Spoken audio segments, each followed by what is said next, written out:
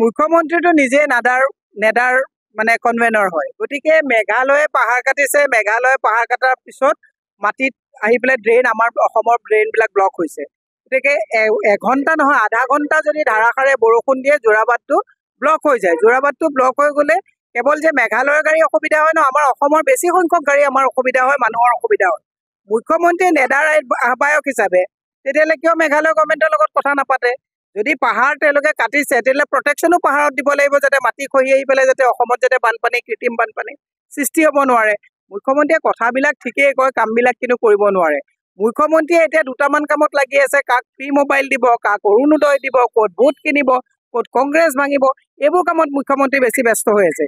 মুখ্যমন্ত্ৰীক আমি কৈছোঁ যে সেইবিলাক কাম হৈ থাকিব, কিন্তু আজি যে ৰাতিপুৱাৰ পৰা হাজাৰ হাজাৰ গাড়ী যে ইয়াত যে ৰখি থাকিবলগীয়া হ'ল, মানুহ যে আপাৰ আছামৰ পৰা আহি পেলাই 4টা বজাত পোৱা গাড়ী যে 7টা বজালৈকে ইয়াত যে আবদ্ধ হৈ থাকিবলগীয়া হ'ল, তেতিয়াহ'লে মুখ্যমন্ত্ৰীয়ে সেই কথাবিলাককো চিন্তা কৰিব নে নকৰিব, এক বৃহৎ প্ৰশ্ন। মুখ্যমন্ত্ৰীক মই সদায় কৈছোঁ যে হাল এৰি শিয়াল খেদিছে।